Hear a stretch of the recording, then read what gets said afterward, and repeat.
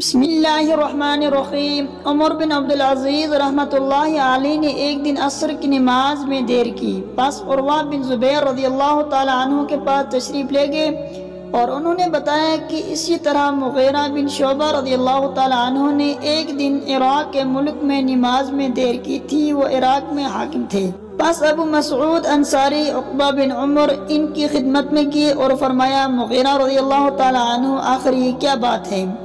کیا آپ کو معلوم نہیں کہ جب جبریل علیہ السلام تشریف لائے تو انہوں نے نماز پڑھی اور رسول اللہ صلی اللہ علیہ وسلم نے بھی نماز پڑھی؟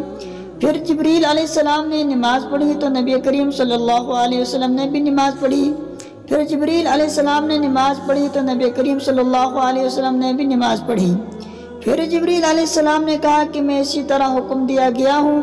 اس پر عمر بن عبدالعزیز رحمۃ اللہ علیہ نے عروہ سے کہا، معلوم بھی ہے کہ آپ کیا بیان کر رہے ہیں؟ کیا جبریل علیہ السلام نے نبی کریم صلی اللہ علیہ وسلم کو نماز کے اوقات عمل کر کے بتلائے تھے؟ عروہ نے کہا کہ ہاں، اسی طرح بشیر بن ابی مسعود رضی اللہ تعالیٰ عنہ اپنے والد کے واسطے سے بیان کرتے تھے۔ عروہ رحمۃ اللہ علیہ نے کہا کہ مجھ سے حضرت عائشہ رضی اللہ تعالیٰ عنہ نے بیان کیا کہ رسول اللہ صلی اللہ علیہ وسلم عصر کی نماز اس وقت پڑھ لیتے تھے جب ابھی دھوپ ان کے حجرے میں موجود ہوتی تھی، اس سے بھی پہلے کہ وہ دیوار پر چڑھے۔